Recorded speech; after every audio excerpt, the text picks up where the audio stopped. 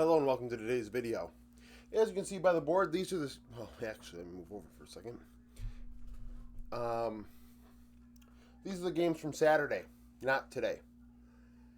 I had to go into work early last night, work a 14-hour shift. So, we could not get Saturday's video out. So this is Saturday because there are no games tomorrow. I'll do today's games tomorrow. I haven't even watched them, really. It took so long to get LPL stats. Nobody has LPL stats right now. Tencent doesn't have, or Tennyson, or whatever the fuck their name is. They don't even have LPL stats. I used to, a few years back, it's called like lpl.qq.com or some shit. It might not be, I tried to look it up. Regardless, they didn't even have stats. So, I had to do it myself. So, this took a long fucking time.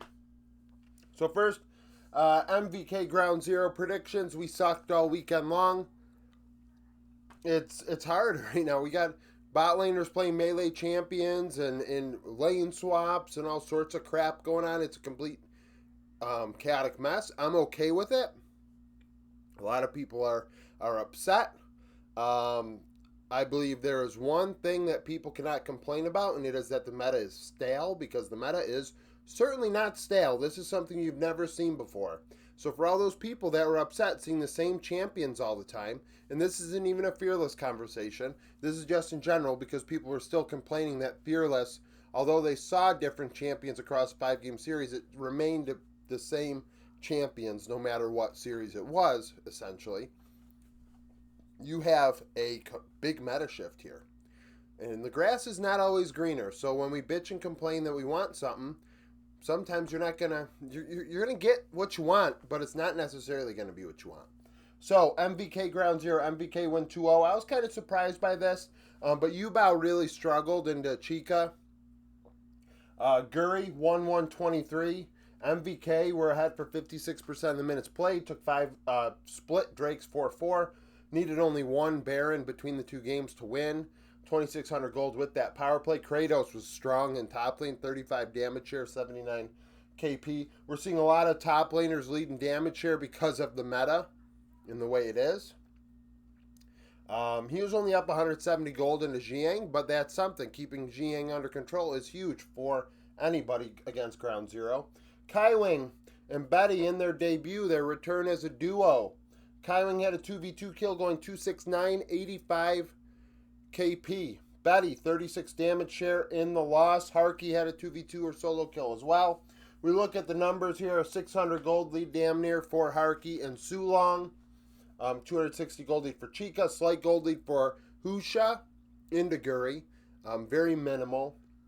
So about a 700, 800 gold lead for MVK. Secret Whales, Softbank Hawks, that's an easy prediction. Team Secret Whales win in an 80-20 split, one of the more lopsided series of Saturday's schedule. They took 5 of 7 Drakes, 3 Barons, averaged 46.50 a power play. Dyer went deathless and had a solo kill going 13-0-18, 74 KP in the win. Pun had a solo kill, 28 damage share. Despite this, Evie actually won that matchup in gold, 722 gold ahead. Marble 2-4-4, Evie 26 damage share, Vista 71 KP. We see here topside 720 gold lead for Evie, but a 760 gold lead for Dyer. Essentially washed out, 460 gold lead for his toe. Bot lane duo of Eddie and BA, not super strong in the Marble and Vista. This wasn't a blowout gold-wise. Team Secret Whales were ahead for the majority, like I said, 80% of the minutes played, but it was not a blowout. G2 Vitality. G2 win 2-0. Vitality struggling. Fiesta. I believe going into today, he had the second most deaths through 2 best of 3s in LEC history.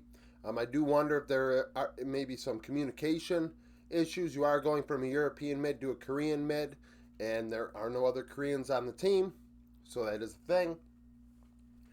Drake's 5-2-3 for G2. Barons are split 1-1. We see that a 9,500 gold power play for G2 to end and win. Vitality, a 900 gold power play for them. So that's how you lose. Not really using your power play. Skuman, 9-2-21.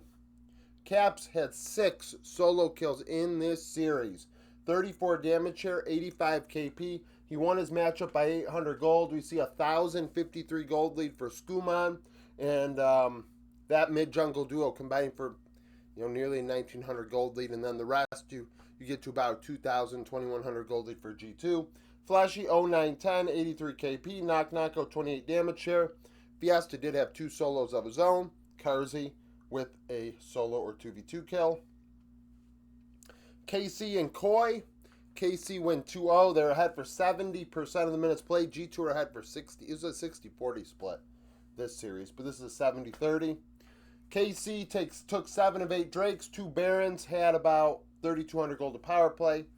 Kalist, 3 solo or 2v2 kills in this series, going 10, 2, and 15. Yahoo, 27 damage share. Yike, 2 solo kills, 76 KP. The mid-jungle duo actually for MKOI were ahead. Jojo, 7-6-10, 71 KP. Supa, 26 damage share. Kana had a solo. We see here about a 700 gold lead for Elyoya and Jojo. But Kana, 300. Kalist and Busio about 200. So it was very close early game. MKOI actually slightly ahead. But when you factor in Drake total 7-1, KC are taking those Drakes and washing out what is a minimal gold lead for MKOI in gold value. LPL. These stats are, like I said, all mine, which means they could be wrong. But nobody has stats. So, Team Wii, LGD. Team Wii win 2-0. I'm surprised Team Wii are doing as well as they are. I thought that was an aberration in spring playoffs, and apparently not. 7 of 9 Drakes, 2 of 3 Barons.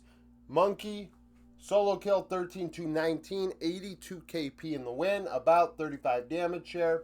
3,844 gold lead for Team Wii in Barons. We see bot side actually, so Monkey did well statistically, but Hang actually was ahead in the early game, about 160 gold. It was the bot side for Team Wii that were ahead. About Nera, 760 gold lead. Kara, 660, so about a 1,400 gold lead between mid and the bot lane duo for Team Wii. Hang, 586, 79 KP. Tangwan, 27 damage share. He played Nar mid. And LGD struggled with their 1 Baron, negative 1,112 gold. That is how you lose games. Karis and Shawa, both with solo kills of their own. IG Waybo, the Shy, returns for 2026, and they win 2-1. Drake, 7-4 for IG. Barons, 2-2. IG, 5,000 gold to power play. Waybo, 2,100. We saw Way, 11, 5, and 16. The Shy had 2 solo kills and led the team in damage, 27 damage share. He won his matchup in Zeka, 220 gold ahead. Rookie had a solo, 68 KP. He was ahead by 200 gold as well. Zeka best KDA for Waybo, 9-5-11. Elk, 28 damage share. JJ, 90 KP. We see that JJ had a slight gold lead into Way. And then Elk and Jouet up 540 gold themselves. So about a 200 to 300 gold lead for Waybo at 15 minutes. Zhao, who had a solo. Mako had a solo as well. Top Esports, ThunderTalk. ThunderTalk, very competitive in this. I was surprised how well Zhang Hao played. I know he's shown glimpses of promise throughout this season and even last year with Ultra Prime, but he really showed up in a big way in this one. And Keshi as well had his glimpses that were like, okay, this kid's legit. And Haru didn't play bad either. So Cream had a solo 18, 10, 22, 73 damage share, 160 gold lead for him. Top did take 8 of 15 Drakes, 2 of 6 Barons, and that's where ThunderTalk struggled. They took 4 Barons, 1,900 gold with their power plays. And in game 1 in particular, I believe they took 2 Barons in that loss. That's not great. I know they traded Baron for Soul at the end of the game, but then lost the ensuing team fight. So that is a thing. Top 3,500 gold, their power play. Jackie, 28 damage share. Zhang Hao had a solo going 19, 5, and 25. 75 KP. Haru had a solo 26 damage share. Keshi with 2. Zuan with 1. An with 1. 1,230 gold lead for Keshi at 15 minutes. And really, that was a huge difference. Really, the ThunderTalk averaged about 1,000 gold lead at 15 in this series. Furia and Los. Los win 2-0. They were ahead for about 3/4 of the minutes played. They took 6 of 9 Drakes. Both Barons, 3,571 gold to power play. Zest 11, 2 and 18, 32 damage share. Big diffy up there. Zest up 1,600 gold in a Gigo. Despite Gigo getting a couple solos, it really didn't make a difference when you're behind that much gold. Curse, 70 KP. Toots, 3 solo kills. 10, 9, 5, 63 KP. Like I said, Gigo 2 solo kills and led Furia in damage, 30%. Los led from top to bottom. Feisty had 5 solos in mid. Duda had 3. Ayu had 2. And Ackerman had 2. Those could be 2v2 kills as well. So, 1,600 gold lead for Zest, 760 for Curse, 1,040 for Feisty, and 600 for Duda and Ackerman. So you're looking at about 1,600. About a 3,500 gold lead or even more, almost 4,000 gold lead on average for Los at 15 minutes. Payne and Loud. Loud come out firing with their younger team. Payne just kind of going through the motions. I don't know what the fuck they're going to do. They should probably just have teared it down, and they did not. So Loud win 2-1. They were ahead for 70%. They took 7 of 12 Drakes, 2 of 3 Barons. Shino 3-1-22. He was ahead about 280 gold into Bull. Rebello, 27 damage share. Uzent had a 2v2 kill, 76 KP, 650 gold lead for that bot lane duo into Henna and Seos. Speaking of them, Henna had a 2 solo or 2v2 kills, 4, 6, 9, 35 damage share. Seos, 84 KP. Everyone, top to bottom, were ahead for Loud. Kaze had 3 solo kills. Sinatra had 1 also. Payne with their 1 Baron were very effective, 7,300 gold. That's how you win a game. 3,300 gold for Loud between their 2 Barons. Fly and Lyon. Lyon win 2-0 with our Mayo in the lineup instead of Inspired, as he'll be out for the first couple weeks due to, I think, personal reasons. This does hurt his MVP case. Not that that matters to him, but when you have somebody replace a player and the team is just as good, that to me says, you know, and not saying Inspired isn't the best player in the LCS, but the way you can view MVP is who is the most valuable player to what their team's success is, and they crushed FlyQuest. 5 of 8 Drakes, 3 Barons. Armeo 5-3-24, 64 KP. Saint 2 solo kills, 27 damage share, 5,200 gold to power play for Lyon. Very effective with their Barons, and that's how they won. Cryogen 1-9-18, 68 KP. Masu 2 solo kills, 29 damage share. Berserker had 4 solo 2v2 kills. Isles had 2. Griffin and Quad was solos as well. Griffin actually had 380 gold into our Mayo on average in this 2-game set. 1,000 gold lead for Dokla, almost 400 for Saint, 700 for Berserker Isles. So heavily favoring Lyon. And then Sentinels, Dignitas. Despite this being 2-1, Sentinels were actually ahead for 93% of the minutes played because Game 1 was all Sentinels, and then they just couldn't win. They couldn't figure out a way to win, and Dignitas won at like 38 minutes after only leading for like 2 minutes all game. 11-2 for Drakes, which is also why Sentinels were ahead for that entire game. Barons split 2-2. Sentinels, 2,700 gold to power play. Dig, 2,500. Hambuk, what a series. 4 solo kills, 27, 5, and 24.